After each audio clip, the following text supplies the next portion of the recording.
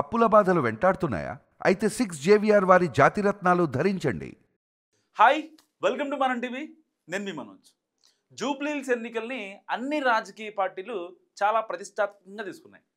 So ఒక్క BRS నుంచి మాత్రమే టికెట్ ఎవరికి అనేది కన్ఫర్మ్ అయినప్పటికీ ఏదైతే రిమైనింగ్ జాతీయ పార్టీలు బీజేపీ, కాంగ్రెస్ ఉన్నాయో సో చాలా స్ట్రాటజికల్గా ముందుకెళ్తున్నాయి. సో ఎక్కడ ఏ రాయేస్తే వికెట్ పడుతుంది, ఎక్కడ ఎలా చెక్మేట్ పెట్టాలి, ఎంత స్ట్రాటజికల్గా ముందుకెళ్ళాలి, ఏ సామాజిక వర్గానికి టికెట్ ఇస్తే అక్కడ ఎంఐఎంతో కాంగ్రెస్ ఎలా ముందుకెళ్తుంది, వీళ్ళెవరు సపోర్ట్ లేకుండా బీజేపీ ఎలా ముందుకెళ్తుంది. సో ఇన్ని కాన్సిక్వెన్స్ అనమాట. సో ఇలాంటి నేపథ్యంలో ఒక కొత్త పేరు తెరపైకి వచ్చింది. ఎక్కడి నుంచి అంటే కాంగ్రెస్ నుంచి. ఆల్రెడీ బీఆర్ఎస్ నుంచి సునీతమ్మ ఉన్నారు. ఓకే, సునీతమ్మకి ఆల్రెడీ టికెట్ కన్ఫర్మ్ అయింది. ఇప్పటికే కాంగ్రెస్ నుంచి చాలా పేర్లు మనకి వినిపించాయి. సో దాంట్లో అంజన్ కుమార్ యాదవ్ ఉన్నారు, ఇంకా ఈయన నవీన్ యాదవ్ ఉన్నారు. సో ఈ మొన్నటిదాకా లాస్ట్ టైం నుంచొని మళ్ళీ తర్వాత మాట్లాడిన వాళ్ళు ఉన్నారు. సో చాలామంది పేర్లు వినిపిస్తున్నాయి.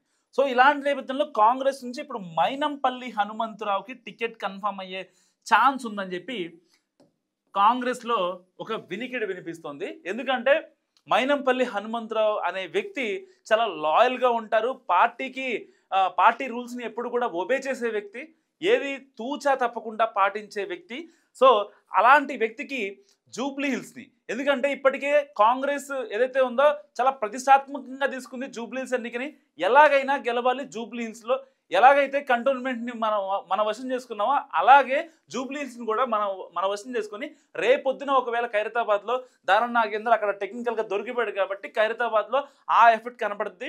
ఇవన్నిటి ఎఫెక్ట్ రేపొద్దున లోకల్ బాడీస్లో కనపడుద్ది కాబట్టి సో ఎట్టి పరిస్థితుల్లో కాంగ్రెస్కి ఇది మొక్కా మూమెంట్ సీటు. సో గెలవాల్సిందే, డూ ఆర్ డై సిచ్యువేషన్. అలాంటి సిచ్యువేషన్లో గెలుపు గుర్రాల వేటలో ఉంది కాంగ్రెస్. సో ఇలాంటి నేపథ్యంలో ఎంతమంది యాదవ్ సామాజిక వర్గానికే ఇస్తున్నారని చెప్పి ఇన్ని రోజులు ప్రచారం నడిచింది. సో ఇలాంటి నేపథ్యంలో చాలామంది పోటీ పడుతున్నప్పటికీ ఎక్కడెక్కడ వాళ్ళు అంటే కనీసం జూబ్లీహిల్స్లో కనీసం లివింగ్ రెసిడెన్స్ కూడా లేనటువంటి వాళ్ళకి ఎలా ఇస్తారంటూ కొంచెం మాట్లాడుతున్న నేపథ్యంలో ఇప్పుడు మైనంపల్లికి కాంగ్రెస్ టికెట్ కన్ఫర్మ్ అయింది అనే వార్త నిజంగా అందరినీ, ఎవరైతే మైనంపల్లి ఫాలోవర్స్ ఉంటారో వాళ్ళకు గుడ్ న్యూస్గా చెప్పొచ్చు. ఎందుకంటే మైనంపల్లి బాట చెప్తే దానికి స్టిక్ ఆన్ అయ్యే వ్యక్తి. అండ్ ఆయనకున్న అనుచరగణం మెదక్ కావచ్చు, మల్కాజ్గిరిలో ఒక నెక్స్ట్ లెవెల్ ఆయన ఫ్యాన్ బేస్ ఉంది.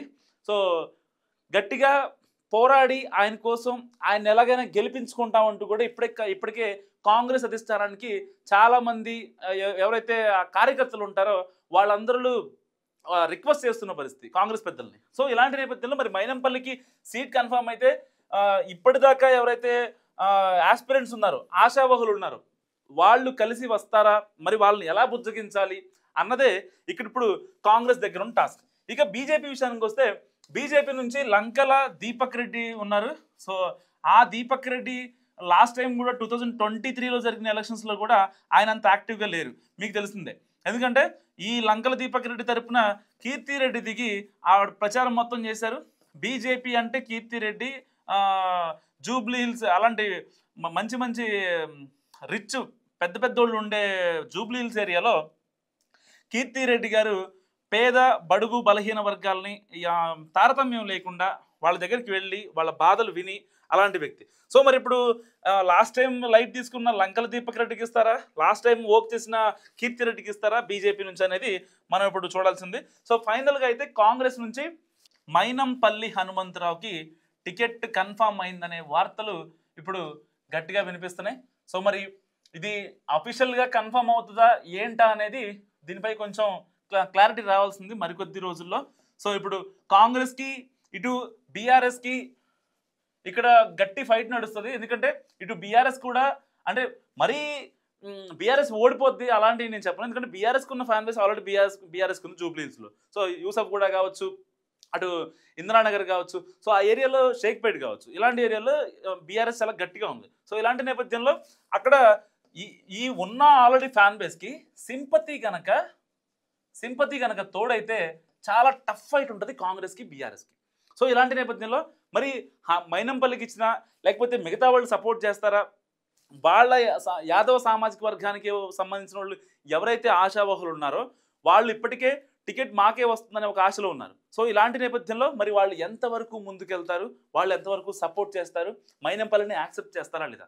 సో ఇప్పుడు ఇలాంటి కొన్ని డౌట్స్ కాంగ్రెస్ అధిష్టానం దగ్గర ఉన్నాయి. మరి ఎవరికి ఫైనల్ చేస్తారనేది కొద్ది రోజుల వరకు వేచి చూడాల్సిందే.